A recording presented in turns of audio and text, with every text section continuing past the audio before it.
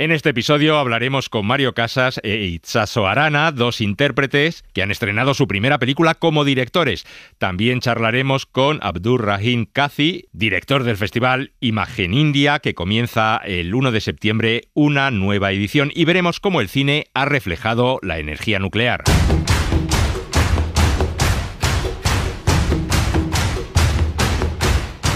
El cine en la SER. Fuimos a ver Romeo y Julieta de Zeffirelli. Romeo y Julieta, sí. Leí algo de esa historia en la escuela. Pero es de Shakespeare, ¿verdad? No, te hablo de Zeffirelli, el director del film, de la película. ¿Comprendes? Sí. ¿Sabes? Lo que nunca he llegado a entender bien en todo eso de Romeo y Julieta es por qué razón Romeo se tomó el veneno tan rápidamente. ¿Por qué no pudo esperar un poco? Bueno, así se envenenaban en aquella época. Con Elio Castro. Hola, ¿qué tal? Bienvenidos a El Cine en la SER. En el programa de hoy hablaremos con dos intérpretes que se han pasado a la dirección. Mario Casas debuta como realizador con Mi soledad tiene alas. A mí me ha cambiado la vida. He descubierto las entrañas de lo que es el cine. Yo veía el rodaje de otra manera, veía el set y a los actores con otra mirada, entonces es un regalazo. Y la actriz Itxaso Arana también estrena su primer film como directora. Se titula Las chicas están bien. El cine es el arte de la frustración, porque luego la realidad con los sueños siempre tienen ahí una pugna y donde tienes que intentar salir lo más a salvo posible, ¿no? Pero sí que creo que esta película es bastante lo que habíamos imaginado. Les hablaremos de cómo el cine ha reflejado el mundo de la energía nuclear. Bueno, Kimberly, cuando quieras rodamos. Hola, soy Kimberly Wells y les hablo desde la central nuclear de Bentham, propiedad de la compañía Gas y Electricidad de California. Y de cine indio, porque el próximo 1 de septiembre comienza en Madrid la 22ª edición de Imagen India. India es el centro del mundo, chico. Y yo estoy en el centro del centro. Ya lo tenemos todo listo, así que empezamos ya. El cine en la SER. Con Elio Castro.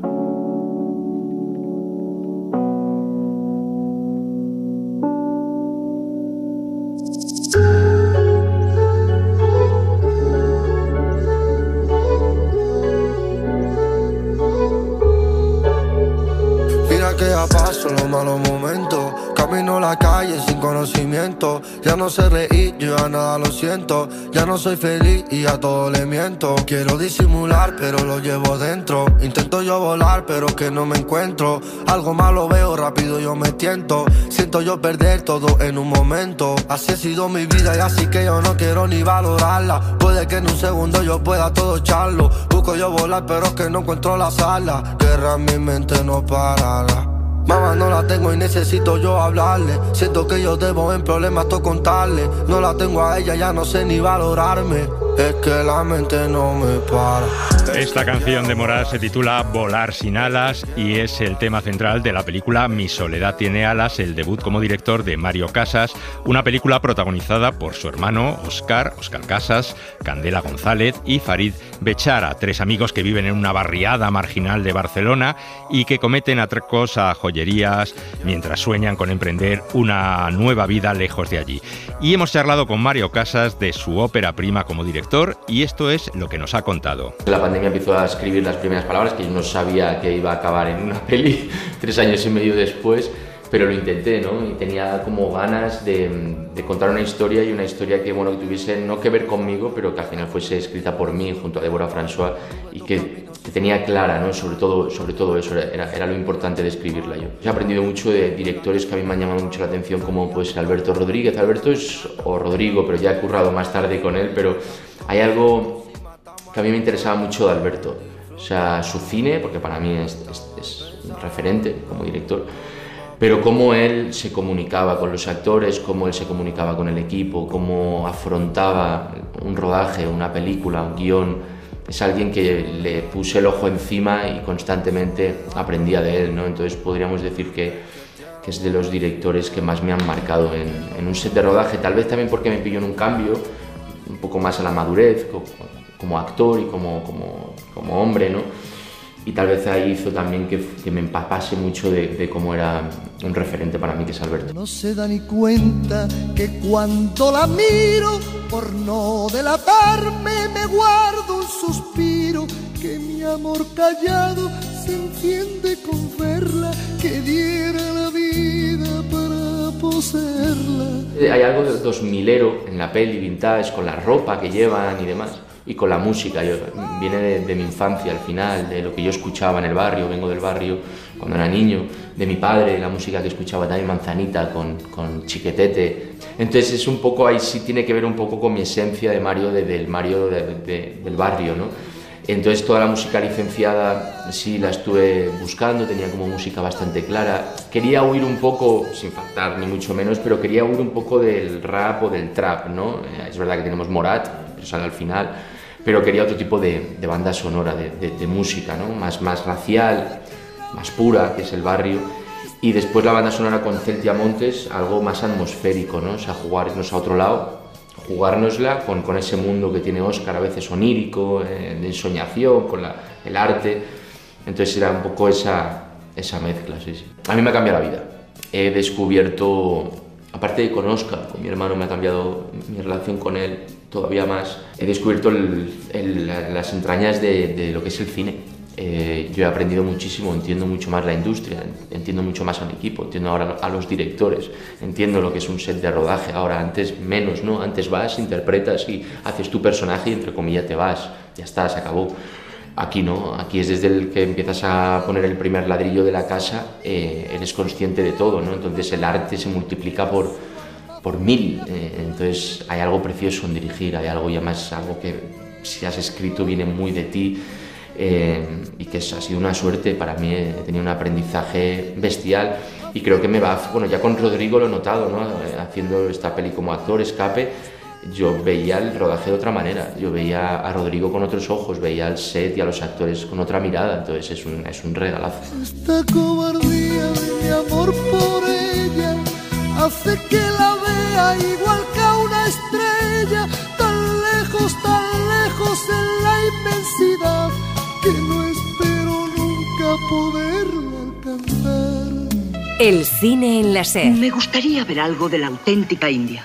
Fielding, ¿cómo se ve la auténtica India? Tratando con indios. Con Elio Castro.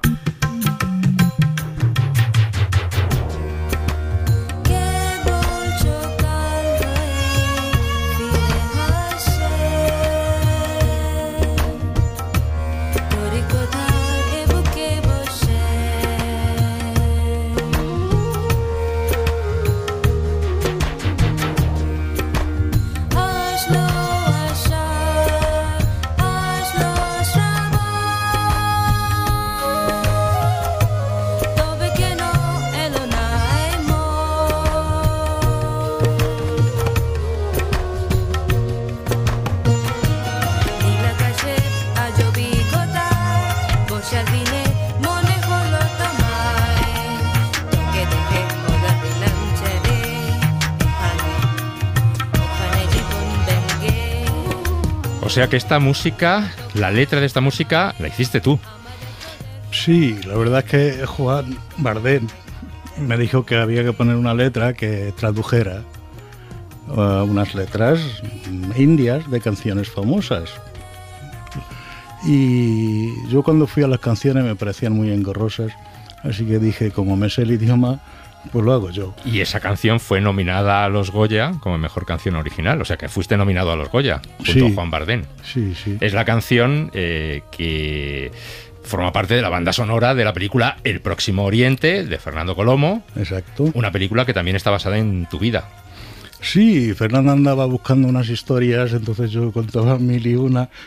Y sí, estaba bien y tal, y de repente ya le empecé a contar la mía, ¿no? Bueno, según nos íbamos viendo, pues le iba contando parte de mi historia y al final dijo, no, pues esta es la que mola, la tuya. Lo que pasa que no encontraron actores o muy apropiado porque fue Oristrel el que hizo el guión y entonces cambiaron de personajes, pero en realidad se basa en la mía. O sea que tu personaje fue cambiado en la película por el de una chica india. Por el de una chica india, entonces el padre es muy estricto como el mío, a la chica no le dejan casarse como a mi hermana y todo eso.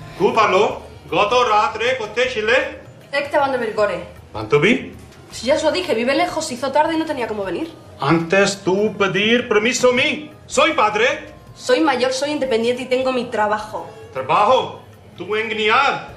Yo firmar permiso. Tú no de ti trabajo banco. Shakir, शांत हो जाओ. तुम्हें जानो डॉक्टर की बोलेছে. O sea que la película El Próximo Oriente está basada en la vida de Abdurrahim Kazi, que es nuestro invitado de hoy, que es el director del Festival de Cine Indio Imagine India, que llega a la 22ª edición este próximo 1 de septiembre. O sea, 22 años programando películas indias en nuestro país. Ahora que miro hacia atrás y veo los 22, me parece increíble que estuviera 22 años con un festival de cine. Pero bueno, aquí estamos. Decía que tú tenías una vida de película y verdaderamente así es, porque tu familia sale de la India, llega a España viviendo 1001 historias. No las vamos a contar todas porque sería más que una película, una serie de 12 o 13 capítulos o 2 temporadas y media, ¿no? Pero vamos, una vida de película que tienes. Sí, la verdad es que la recepción en España fue en una limusina, así que en plan en Hollywood. Porque tú naciste en... Pongámoslo en Karachi, Pakistán. Y luego pues tienes un viaje a la India, y de la India tienes tu familia un montón de problemas, precisamente por tu origen pakistaní. Nacido, porque yo soy de origen indio. La cuestión es que uno de mis tíos se dedicaba a hacer bombas atómicas. Como Oppenheimer. Como Oppenheimer, ahora que está de moda. Entonces los indios se enteraron, pues un año más tarde, en el 71, y dijeron, ¿y quién es este indio que hace bombas para los pakistaníes? Y era mi tío. Entonces miraron dónde vivíamos y ya no nos dejaban salir. Así que fue España, que estaba interesada en la bomba atómica, a través del duque de Hernani, presidente de la Cruz Roja Española, en Ginebra. Hablaron con el primer ministro indio y nos dejaron salir. Y llegaste tú aquí a España, y en España, claro, te encuentras con otro mundo, con otra sociedad, con otra cultura, con otras costumbres. Era increíble porque... ¿Llegaste claro, con cuántos años? Con 10. Con 10 años. Yo venía de un país democrático, entonces yo ni sabía esto qué era. Y nos habían tratado muy bien, lo de la Cruz Roja, una limusina en el aeropuerto. Alucinante, ¿no? Yo estaba muy contento. Entonces, de repente veía un coche muy rápido, tiraban un montón de flyers y se iba corriendo. Y uy, pues esto no lo había visto nunca, los flyers lo dan en mano. Y entonces un día me puse a leer uno de los flyers. Decía, dictadura, fuera, tal. Y entonces se presentaron 2 guardias civiles por detrás. Y yo que no sabía mucho español, porque eran los primeros meses, y decía, tíralo. Digo, no, que lo tire. No, claro, no estaban habituados. Y entonces, teléfono de tu padre. No doy nada.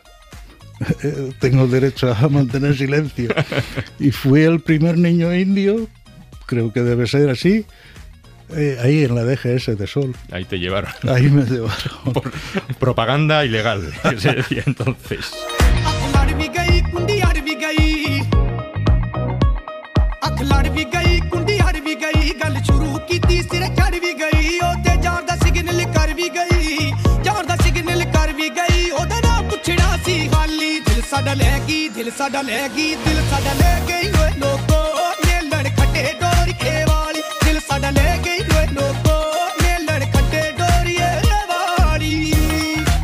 Posteriormente estudias medicina, pero la medicina no te gusta, y entonces empiezas a colaborar con la Filmoteca, con las películas indias. Cuéntame, ¿cómo fue esa conexión con el cine? Yo es verdad que veía muchas películas, hacía fotos y estudiaba medicina, pero no tenía nada más que ver con el cine, que veía mucho cine en la Filmoteca, y un día veo que hay películas indias, además de mi región, Calcuta, y voy a verlas. Claro, yo entendía muy bien, pero veía las traducciones y no me parecían completas.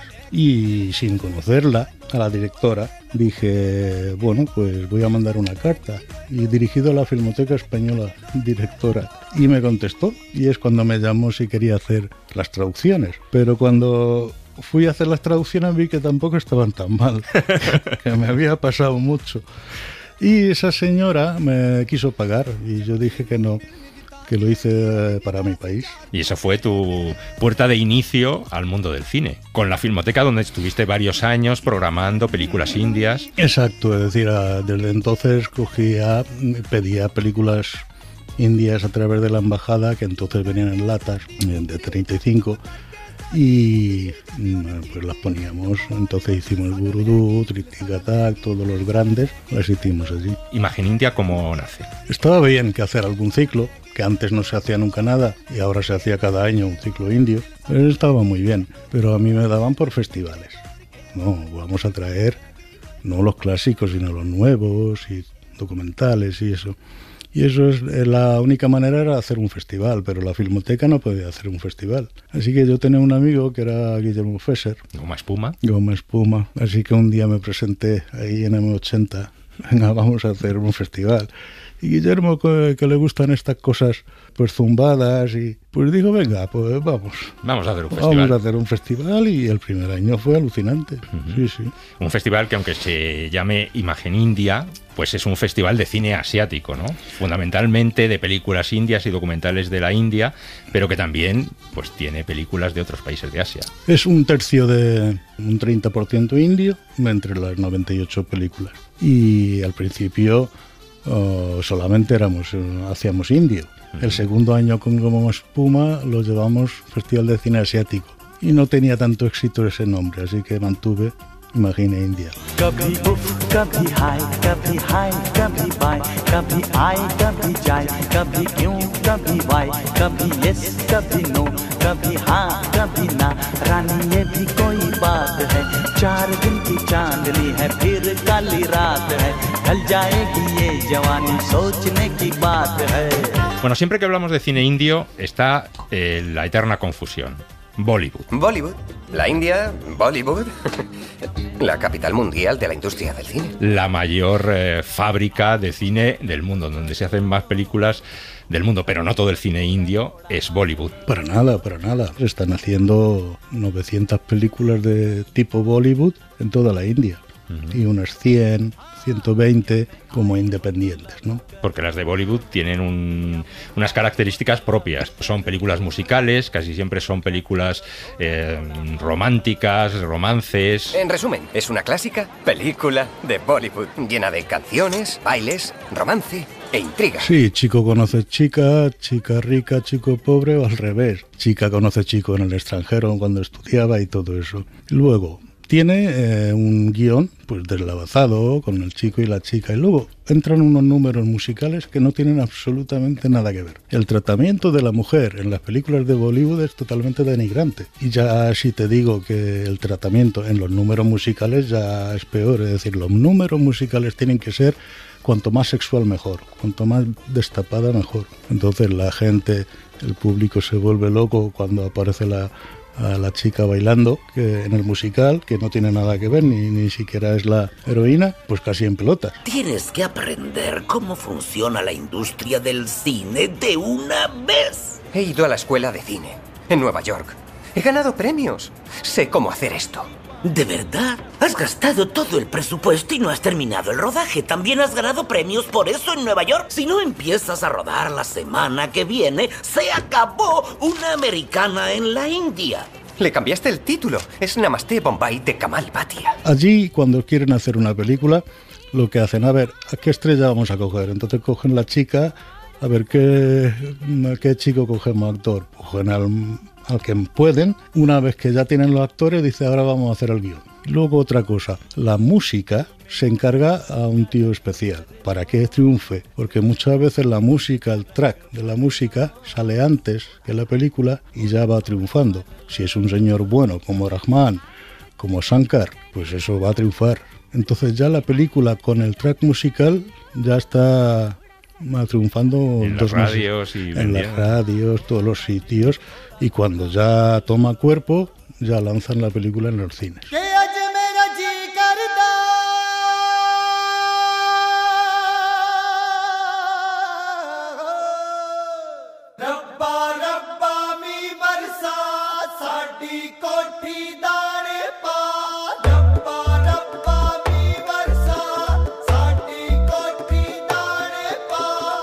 vamos a hablar de mucho más del cine de Bollywood y similares, sino del cine serio de la India, que también tiene una tradición muy, muy importante, con nombres como Satyajit Ray, ¿no? Con Mira Nair, por ejemplo, como Pannalin, como muchísimos directores que han estrenado en España.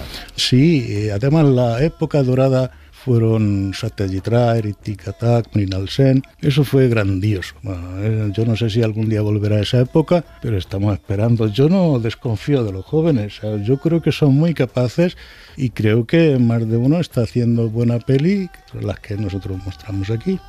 ¿Y la visión occidental que se hace de la India, a ti te gusta?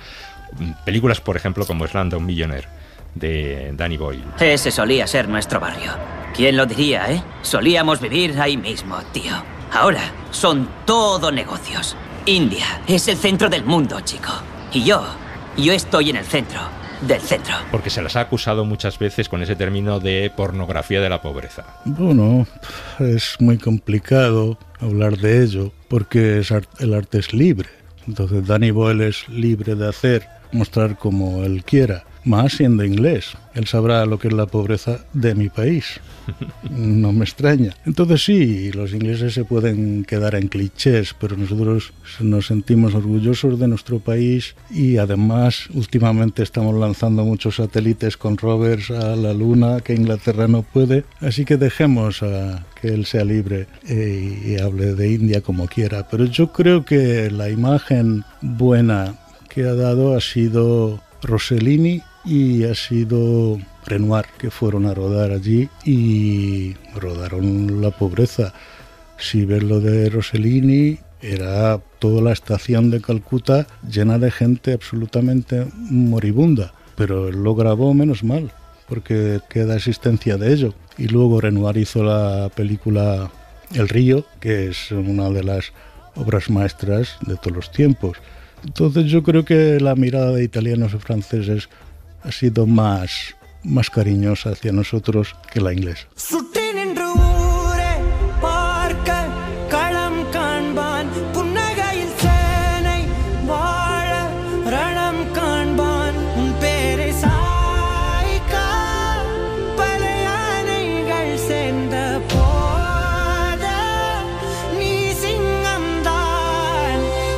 Novedades para este año, de la edición 22ª de Imagine India. Hay un país que no se lo deben perder, que es Israel. Israel incluso a veces me parece un país más democrático que España, porque hace películas que cuentan contra el gobierno, esa película se hace y está pagada por el gobierno. Critican la ocupación abiertamente. Hay gente que protesta abiertamente en las películas contra el primer ministro. Todo eso es posible. Así que yo creo que este año las 4 o 5 películas que tenemos de Israel tienen que ir a verlo. Más la sección oficial de 14 películas siempre es buena. Yo creo que deberían ver todas las 14 de la sección oficial.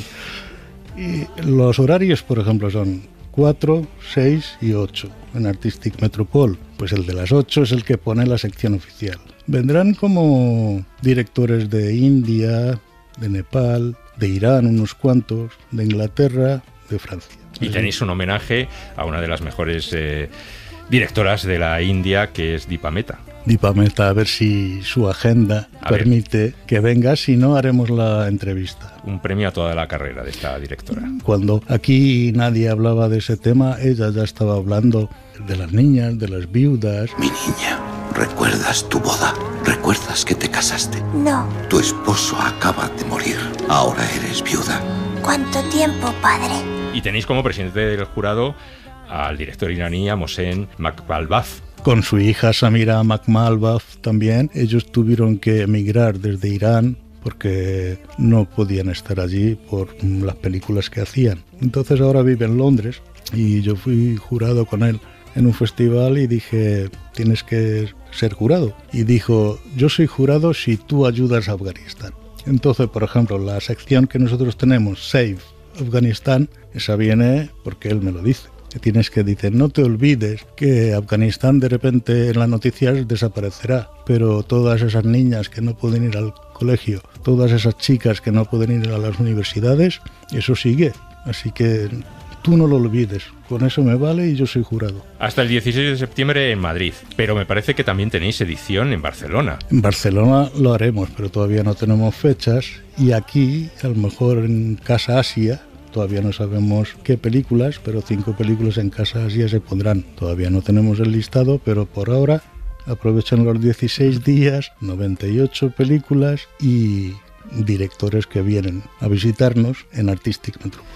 Pues ya lo saben, del 1 al 16 de septiembre, aquí en Madrid, la 22ª edición de Imagen India, cuyo director, Abdur Rahim Kazi, que no se nos olvide el apellido, porque además significa juez, me parece recordar. Porque nos lo puso el señor, el rey que hizo el Taj Mahal. Ya decía yo al principio que es que tienes una vida de película, y creo que algún proyecto de hacer una película sobre tu vida, Historia de un pasaporte, yo creo que estuvo por ahí, medio haciéndose, ¿no? Por ahí, estuvo ahí. Esa película prefiero que lo haga David Marqués, que es mucho mejor amigo mío, y de Campeones, el guionista de Campeones.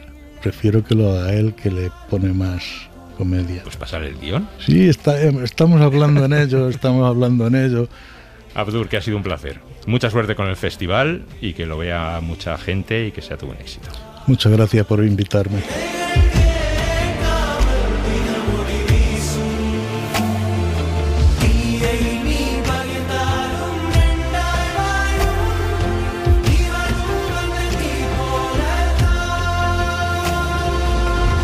El cine en la SER. Agosto es genial para hacer cosas que, yo qué sé, que en otros momentos no nos dejarían hacer, ¿no? Porque yo creo que el verano es perfecto.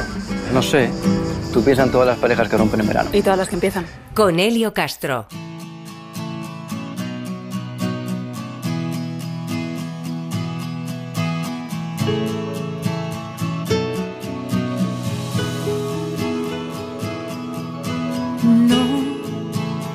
No lo puedo decir. Los motivos que tuve no los pienso decir. A veces me canso de mí y quisiera cambiarme por cualquiera de aquí. Tú me quieres así.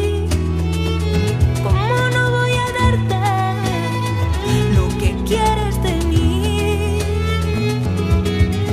A veces me canso de mí y quisiera cambiarme por cualquiera de aquí. Esta que canta es Soleá Morente y la canción se titula Todavía, un tema que se podía escuchar en la película La Virgen de Agosto, que fue dirigida por Jonás Trueba y protagonizada por Itsaso Arana. Itsaso Arana acaba de estrenar también su primera película como directora, Las chicas están bien, y vamos a conocerla un poco mejor. Laura Martínez Santamarina ha charlado con ella. Necesito aire, solo quiero el aire que vos respiras. Itsaso Arana nace hace 38 años. Durante este tiempo ha vivido muchas cosas. Apostó por la actuación y comenzó su carrera como actriz sobre los escenarios y frente a la cámara, poniendo el cuerpo y el alma en cada uno de sus personajes. Que ahora ya no se ve más. Mándame un poco de tu Buenos Aires. Pero empecemos por el principio. Dicen que el teatro siempre es como el primer amor. Arana, junto con Violeta Gil y Celso Jiménez, son Los Tristes. En 2004 crearon la compañía escénica La Tristura, un espacio donde se apuesta por transformar y crear situaciones humanas que queden muy cerca de la vida. Cine, materia prima y años 90 son algunas de las obras que imprimen el sello de Los Tristes. El escenario nunca lo ha abandonado y pronto se situó frente a la cámara con actores que se convertirán en familia, entre ellos Francesco Carril. Tengo una amiga que dice que estar aquí es como estar en París.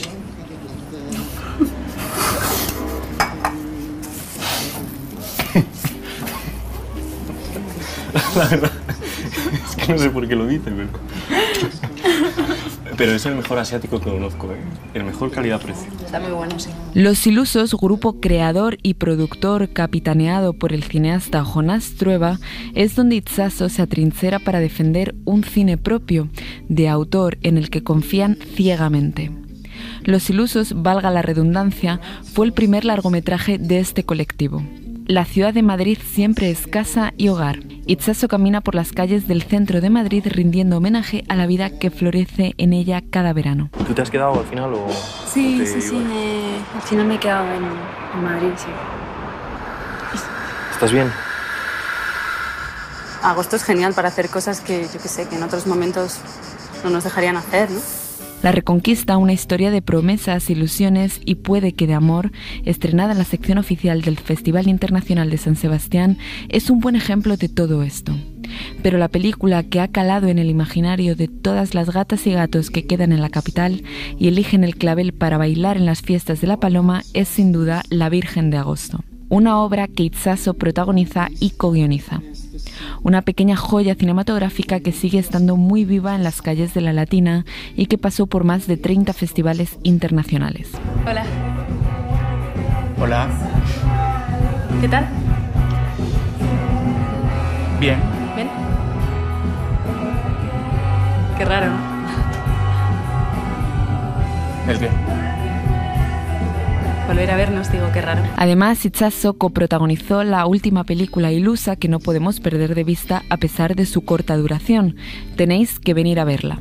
Esta forma de hacer cine es ya parte del artista. Tiene que ver con que tiene una mirada sobre el mundo y que tú organizas el mundo tal cual te gustaría, ¿no? Luego también el cine es el arte de la frustración porque luego la realidad con los sueños siempre tienen ahí una pugna y donde tienes que intentar salir lo más a salvo posible, ¿no? Ahora dirige, escribe y actúa en Las chicas están bien, una historia que nace del recuerdo, un recuerdo muy íntimo y que comparte con sus amigas y compañeras, Irene Escolar, Bárbara Leni, Itziar Moreno y Elena Ezquerro.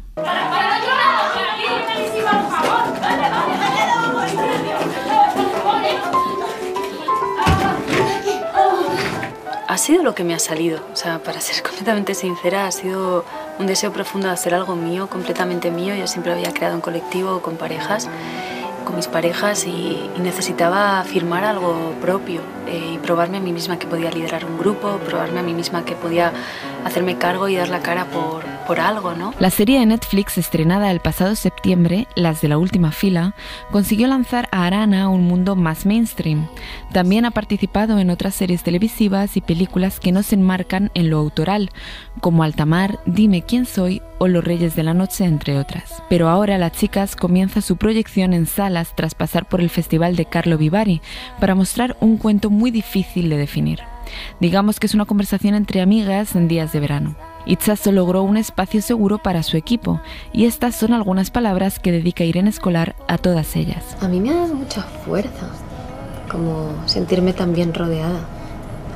Me siento muy afortunada, la verdad, de tener como amigas creadoras tan inspiradoras y tan divertidas y gente con la que me apetece compartir la vida y la profesión y reafirmarme en eso, ¿no? Y sentirme muy acompañada de una manera muy bonita. Aunque siempre es incierto, Itxaso nos cuenta el futuro que viene. Siempre digo vamos lentos porque vamos lejos. Lo único que no me gusta eso es que es en masculino, pero vamos lentas porque vamos, no sé. Pero sí, hay algo de eso, de cómo se me han ido dando las cosas y cómo me las he ido currando también, porque sí que considero que soy una tía soy muy trabajadora y tengo mucho tesón y creo, no sé si hay otra manera de moverse en este mundo y en esta industria más. Los valores del artista se verán reflejados en forma y fondo en cada uno de sus trabajos, porque lo más importante es esto. Sé más después de haber dirigido y respeto más el trabajo. Ya lo respetaba mucho, pero digamos lo dimensiono más como el trabajo de alguien que está guiando un grupo, de alguien que dirige, y entiendo un poco más el cine, aunque me queda mucho por entender. Perdonar cualquier pecado mortal. Veremos cine italiano o si prefieres cine francés. Nos buscaremos las cosquillas, las agotaremos en un mes. Toda mi ambición es verte desenredar la noche de ayer.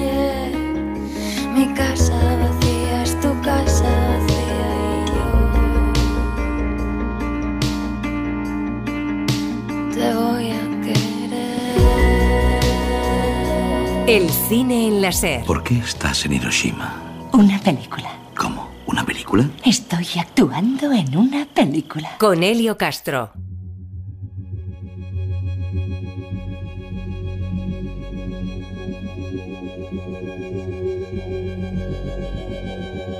Oppenheimer ha sido la película del verano y probablemente sea una de las películas de la temporada. Como saben, Robert Oppenheimer es el padre de la bomba atómica y uno de los físicos más importantes del siglo XX. La teoría solo llega hasta un punto. No sé si deberíamos poseer un arma así, pero no tenemos elección. Y hoy, en nuestro programa, queríamos detenernos en cómo y de qué manera el cine ha mostrado el nacimiento, la evolución y los usos de la energía nuclear. Cuando se libera una energía de tal magnitud, nada acaba.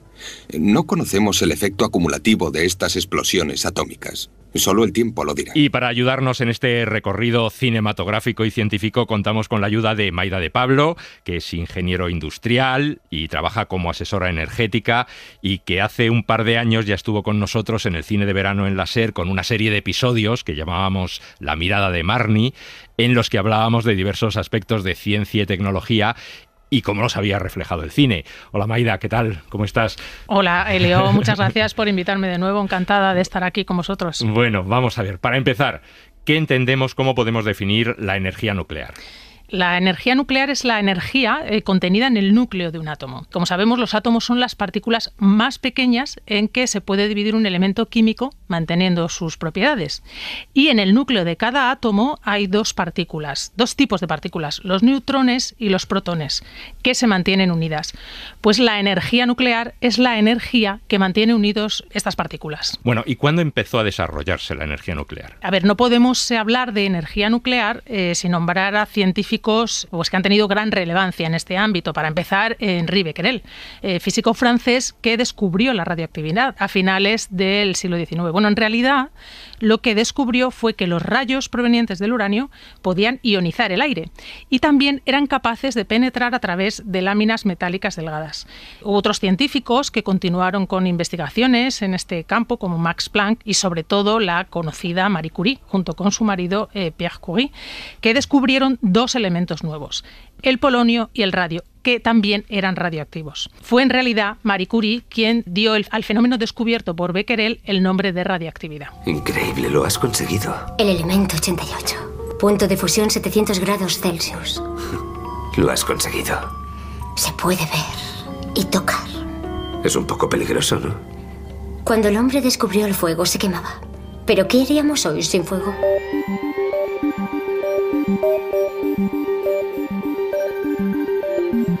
Marie Curie, que fue 2 veces premio Nobel, fue premio Nobel en física y también en química, y de la que tenemos ya muchas referencias cinematográficas porque hay más de 140 películas entre series, documentales y largometrajes sobre la vida de Marie Curie.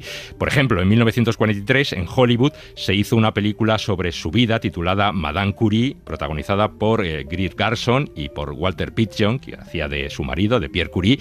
También hay una miniserie del año 1966 o la película Los méritos de Madame Curie, protagonizada por Isabelle Huppert. Y ya más recientemente se han estrenado 2 películas sobre su vida, que es una fue la franco-polaca Marie Curie y otra la inglesa Madame Curie, en la que la actriz Rosamund Pike interpretaba a Marie Curie. Hemos venido a presentarles 2 nuevos elementos, el polonio y el radio. Creíamos que los átomos eran finitos y estables, pero resulta que algunos no lo son.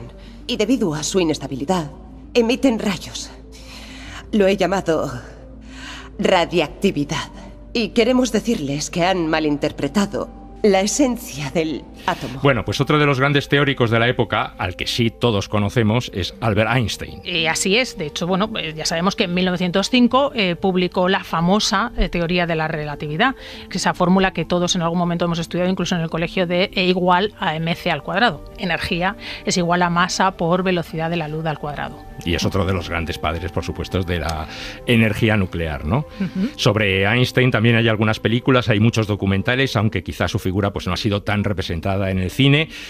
Por ejemplo, hay una película que se llama Einstein y Eddington, que es una película bastante reciente, del año 2008, que narra la evolución de la teoría de la relatividad y su relación con este físico británico, Eddington, que fue uno de los primeros que entendió sus ideas. Y luego hay varias apariciones divertidas de Einstein en el cine, que él, bueno, pues de alguna manera aparece. Una de ellas es El jovencito Einstein, que es una película australiana delirante que muestra a un joven Einstein, hijo de un agricultor en Tasmania, que logra dividir el átomo de la cerveza e inventa así la espuma cervecera, y también descubre, por supuesto, la teoría de la relatividad.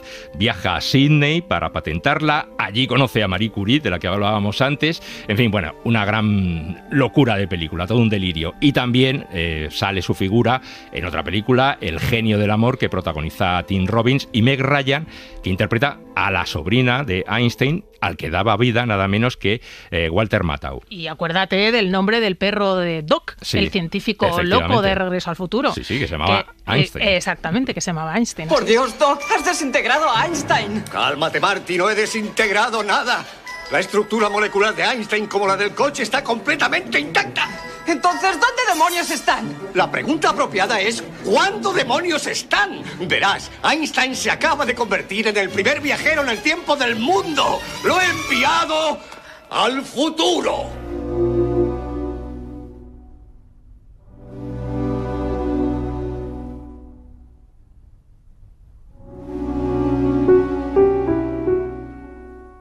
Y otra de las películas en las que se muestra su relevancia como científico es la que habíamos comenzado mencionando al principio, ¿no? Oppenheimer, donde vemos la relación que ambos tuvieron. Esta película actualmente en los cines, que está basada en la biografía, en el bestseller Prometeo americano de Kai Bird y Martin J. Sherwin.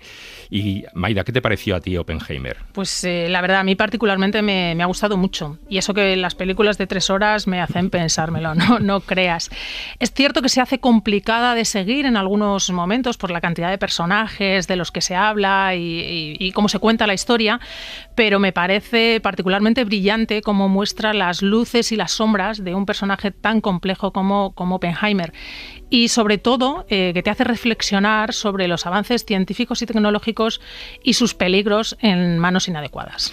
Hablando de Oppenheimer, yo recuerdo una película, Creadores de Sombra, del año 1989, que dirigió Roland Joffé, en la que Paul Newman hace del general Groves, que en Oppenheimer pues, interpreta a Matt Damon, y que también recrea el proyecto Manhattan. Están aquí para ir más allá de lo teórico, de la especulación, de la fantasía. Están aquí para estrujar lo que Dios les ha concedido, su talento, su mente, su energía, en la propuesta básica de una cosa: un arma nuclear, una bomba atómica. Bueno, en el programa vamos a contar también con las opiniones de Alfredo García, que es supervisor y operador en la central nuclear de Ascó, en Tarragona, y que es divulgador de temas relacionados con la energía nuclear y con las centrales nucleares, y que en las redes sociales aparece o firma con el nombre de operador nuclear. Y a él también le hemos preguntado por esta película, por Oppenheimer. Me ha gustado mucho, sinceramente, sobre todo más la parte que tiene que ver con la física y con los científicos que aparecen,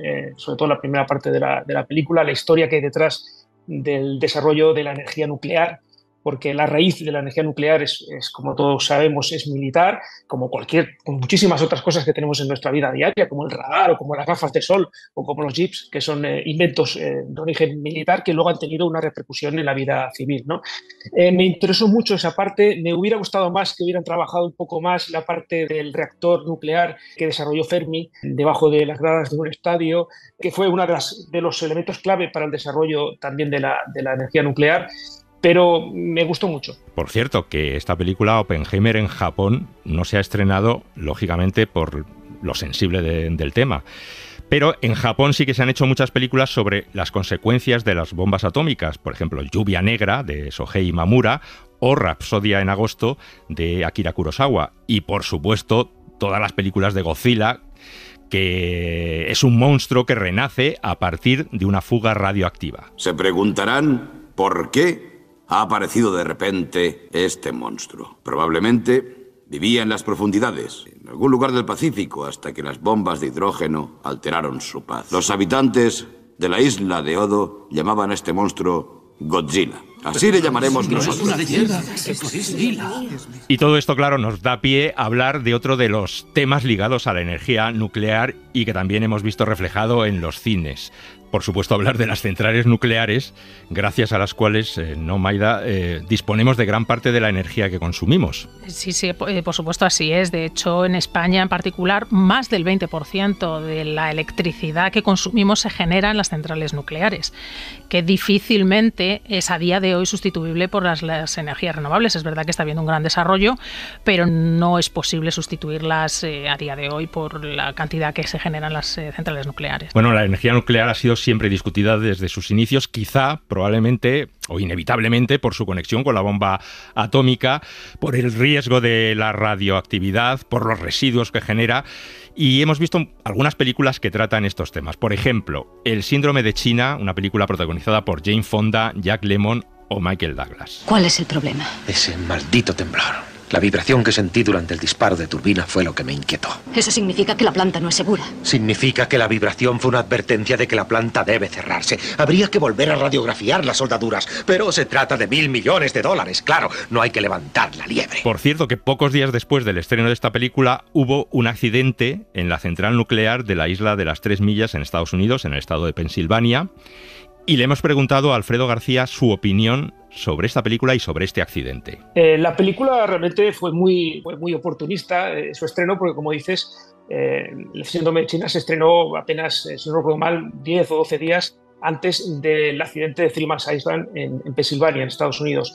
Incluso el título de la película es realmente absurdo, ¿no? Si se funde el núcleo de un reactor nuclear, fundirse de fundición, es decir, de convertirse en líquido, tener tan altas temperaturas que se funda el material, lo que ocurriría es que el material iría bajando, iría fundiendo las capas inferiores, primero la vasija del reactor, luego podría incluso llegar a fundir la losa de cimentación, que es muy profunda, tiene más de 2,5 metros de hormigón, pero en todo caso se acabaría enfriando, no llegaría ni siquiera al manto. Y una vez llegado al manto también se diluiría si llegara. Y sin embargo, China tampoco está en las antípodas de Estados Unidos, con lo cual realmente el título de la película no tiene mucho sentido. Pero sí me parece interesante en cuanto a que la película denuncia hipotéticas malas prácticas que se pueden dar en cualquier tipo de industria, incluida la industria nuclear. En el caso del accidente de Three Mile Island no fue un caso de corrupción, no fue un caso de malas prácticas, digamos, administrativas, sino que fue un fallo de alineamiento de válvulas que estaban cerradas cuando no tenían que haber estado, fueron fallos humanos. Y luego hubo una serie de fallos también en cuanto a la instrumentación. Es decir, los operadores no tenían la instrumentación adecuada para descubrir que realmente se estaba descubriendo el núcleo y que se estaba empezando a fundir el núcleo. Para lo que sirvió el accidente de Three Mile Island es para reforzar la seguridad en todas las centrales nucleares del mundo. La central nuclear donde yo trabajo, en Ascó, estaba en ese momento en construcción, en 1979. Y se diseñaron una serie de sistemas para tener mejor instrumentación, mejor control de lo que estaba ocurriendo en el reactor, que se instalaron en ese justo momento, unos meses después, y que nuestra central nuclear, Ascó, y todas las centrales nucleares que tenemos en España, tienen esos sistemas que podrían haber evitado el accidente de Three Mile Island. Bueno, ¿a ti qué te pareció la película El síndrome de China? Bueno, a mí se me hace muy difícil pensar que por muchos intereses económicos que haya se va a producir una negligencia que conlleve un accidente nuclear. Igual soy muy naif en este pensamiento, pero se me hace muy difícil pensar en ello. Bueno, otra película que habla también de un accidente en una central nuclear es Silkwood, con Meryl Streep, y por supuesto tenemos la famosa serie Chernobyl. Pero no hay que ser científico nuclear para entender lo que pasó en Chernóbil. Solo hay que saber esto. Dentro de un reactor nuclear pasan básicamente dos cosas. La reactividad que genera la energía puede subir o puede bajar. Ya está. Lo que hacen los operarios es mantener el equilibrio. Partamos de... Primero vamos a sentar las bases. El reactor nuclear de Chernóbil, que era un RBMK, es un reactor de diseño ruso de los años 40. Es decir, cuando Rusia empezó a investigar sobre energía nuclear, justo después de que Estados Unidos desarrollara la bomba atómica, Rusia y otros países empezaron a investigar en energía nuclear. En ese momento desarrollaron un diseño que servía para producir plutonio para fabricar bombas atómicas. Es decir, que el diseño de Chernóbil, el diseño original era de los años 40-50 y estaba diseñado para producir plutonio. Como subproducto, como ya que producía calor y ese calor podía convertir agua en vapor, podía evaporar y podía mover una turbina, también se podía producir electricidad. Cuando la Unión Soviética construyó Chernóbil, eran los años 80 prácticamente, era una central relativamente nueva, pero insisto, el diseño era muy antiguo. Lo que hacían era utilizarlo solo para producir electricidad, pero el diseño lo que condicionaba era su seguridad, porque no era una central diseñada con objetivos, los objetivos civiles, como tenemos en las centrales nucleares españolas. Era una central que no tenía un edificio de contención, como tienen todos los reactores del mundo prácticamente hoy en día, y todos los españoles, por supuesto, que había contenido las emisiones radiactivas del accidente.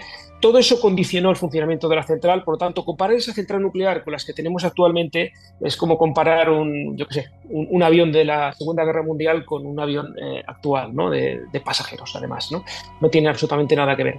Dicho esto, la serie de Chernobyl me parece una excelente serie. Están muy bien narrados algunos episodios de lo que ocurrió, especialmente en el último capítulo donde se explica la parte técnica de lo que ocurrió en el accidente. También es interesante ver lo que dice el protagonista de la serie, que dice que los reactores occidentales de ese mismo momento no podrían haber tenido un accidente como el mismo Chernobyl, y eso que todavía hemos avanzado mucho más en seguridad desde entonces.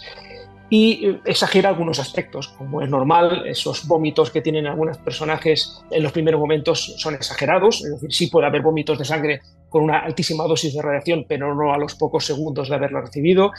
Se exagera un poco algunos aspectos, pero en general la serie está muy bien realizada, y sobre todo, para los oyentes que la quieran ver, les recomiendo muy encarecidamente que presten mucha atención al último capítulo, donde se explican muchos detalles y de forma muy didáctica. El caso es que el cine y las series de televisión, a pesar de que Homer Simpson trabaje en una central nuclear, pues no es un buen aliado, no son buenos propagandistas de la energía nuclear y de las centrales nucleares, ¿no, Maida? Bueno, quizá porque muchos piensan que una central nuclear puede explotar como si fuera una bomba atómica. Como nos explicó Alfredo García, pues esto no es así. Uno de los mitos más extendidos, como dices, es que una central nuclear podría explotar como una bomba atómica. Lo dice muchísima gente, y mucha gente lo piensa de verdad. Realmente eso es físicamente imposible. No es que haya un sistema de seguridad para evitar una explosión nuclear en una central nuclear, es que es físicamente imposible. Hay varias razones para explicarlo, pero quizá hay varios motivos que por sí mismos ya lo impedirían. Pero yo creo que el más sencillo de entender, el que me funciona mejor en la divulgación para que alguien que no esté acostumbrado a hablar de tecnología nuclear lo entienda, es el tema de la proporción del uranio que se utiliza para las fisiones. El uranio en la naturaleza lo encontramos en dos tipos, el uranio 238 y el uranio 235. Da la casualidad de que lo utilizamos en las centrales nucleares y en las bombas atómicas, es el que está en menor proporción en la naturaleza, está en torno al 0,7%, es decir, es una proporción muy pequeña. Para que funcione una central nuclear podría funcionar con esa proporción de uranio 235, pero lo enriquecemos, aumentamos la proporción en torno al 3 o el 5% para que pueda estar funcionando una central nuclear durante al menos año y medio o 2 años, que es lo habitual. Fíjate que estamos hablando entre el 3 y el 5% de enriquecimiento. En una bomba atómica necesitamos un enriquecimiento mayor del 90%, es decir, con un menor grado de proporción de enriquecimiento, con un 80%, no podría explotar una bomba atómica. Fíjate si estamos lejos de poder explotar. Hay muchísimos temas que no podemos entrar ahora a hablar de ellos, qué se hace con los residuos radiactivos, si debemos tener miedo o no, y con motivo de la guerra de Ucrania, pues qué podría llegar a ocurrir si hay un ataque a una central nuclear, o si hay un posible ataque cibernético también a una central nuclear, ¿no? Pero ahora lo cierto es que hay un debate sobre si hay que mantener abiertas o no las centrales nucleares o cerrarlas definitivamente. ¿Tú qué opinas? Efectivamente, se ha reabierto el debate de las centrales nucleares, sobre todo en los últimos años, debido al cambio climático y a la necesaria transición energética para eliminar la energía proveniente de los combustibles fósiles. Y en particular, a partir de la crisis energética derivada de la invasión rusa en Ucrania.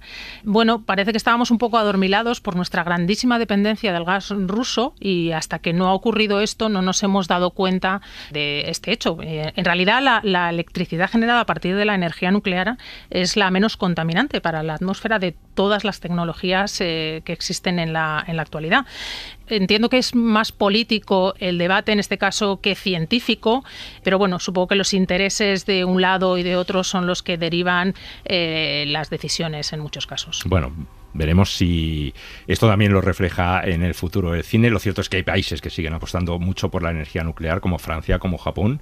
Hay otros que lo han desechado completamente. Bueno, Alemania recientemente ha cerrado sus centrales nucleares, aunque esto les haya supuesto tener que incrementar el uso de sus ciclos combinados, que necesitan gas, que es más contaminante, o incluso de quemar carbón. Entonces, bueno, pues parece un poco contradictorio que se esté pretendiendo eliminar los gases de efecto invernadero emitidos a la atmósfera y, sin embargo, se cierran las centrales nucleares. Bueno, y ahora brevemente para terminar vamos a ver en qué otros campos se usa la energía nuclear y que también ha reflejado el cine, aunque sea solamente de pasada. Por ejemplo, pues en medicina. Todos nos hemos hecho una radiografía o un TAC o una resonancia, y estos son técnicas para el diagnóstico por imagen que utilizan los rayos X. Hay otros usos quizá menos conocidos, como en agricultura, por ejemplo. También se oyó hablar hace algún tiempo de los transgénicos, que generaron muchísima polémica, casi tanto como las centrales nucleares, y también utilizan ciencia nuclear para ello.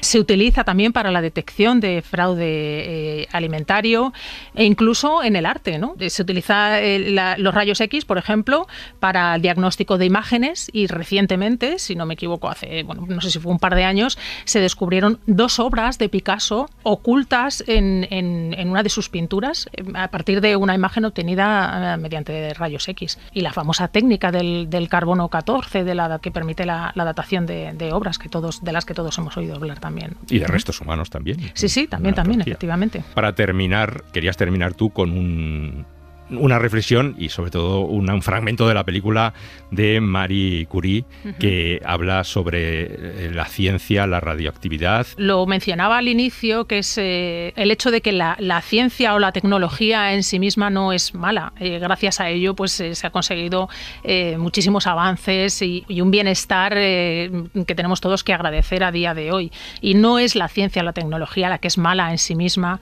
sino el uso que se hace de ella, como también se muestra en la película Oppenheimer. Hiciste algo extraordinario. Cambiaste el mundo. ¿Para bien? Prefiero ser alguien que espera que el mundo esté lleno de luz que temer a la oscuridad. Tú no. Lanzaste una piedra al agua. Las ondas no las puedes controlar. Hay cosas a las que temer, pero hay muchas más para celebrar. Ojalá tengas razón.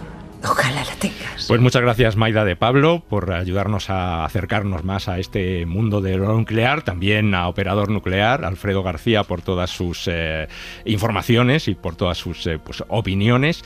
Y hasta la próxima. Hasta la próxima. Muchas gracias, Elio.